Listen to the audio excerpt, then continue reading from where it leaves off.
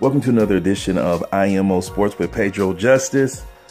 By now, I know you've heard the news that ESPN is laying off around 100 analysts that work for them in various capacities from different sports. And when I heard it, I was like, really? But then I started thinking about the people that have left, and I'm pretty sure some of those people had got the heads up that they probably weren't going to keep them either, especially like Mike Tirico. Not to call him out, but Mike Tirico's not really that good. I mean, he's okay. He's like a C+ level commentator, but he doesn't really do a great job of basketball to me because he doesn't really bring out the best in what's happening. He's a downer and he tries too hard. He's just, to me, it doesn't bring anything to the game. It's just like, okay, when they call Kobe Bryant's last game, I was so glad that Brown was there.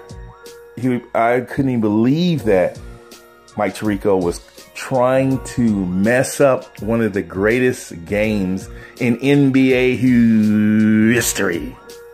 But Huey Brown was there, and thank goodness for Huey Brown, because if he was not there, it could have been ruined. So when Mike Tirico was saying crazy stuff, Huey Brown would say, hey, man, no, I'm not sure what you're talking about or what you're looking at, but here's what's happening. So thank you to Huey Brown for saving Kobe Bryant's last game. I digress. But to the other anchors, I will post the list of people that have confirmed their firing so far.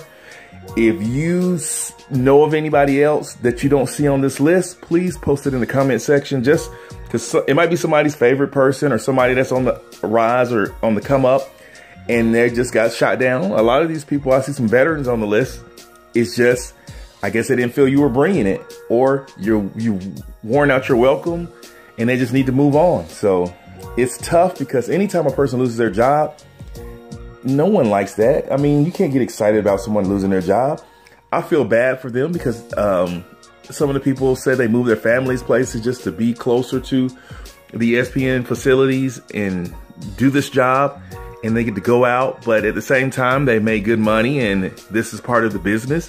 ESPN is definitely having some turnover where they're trying to change things. They've made some investments, and so they have to cut their losses.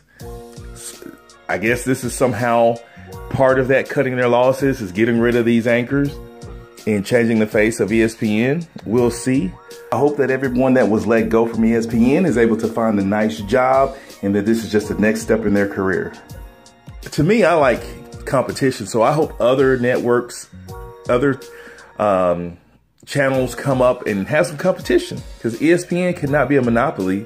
Even though I love ESPN, but it's not the best because they only have their message and there's other messages out there. And so you can't, you watch one show and every show has the same theme all the way to the beginning in the morning, all the way to the nighttime. So it's like, yeah, have your own style and personality. Let me know what you think about this situation.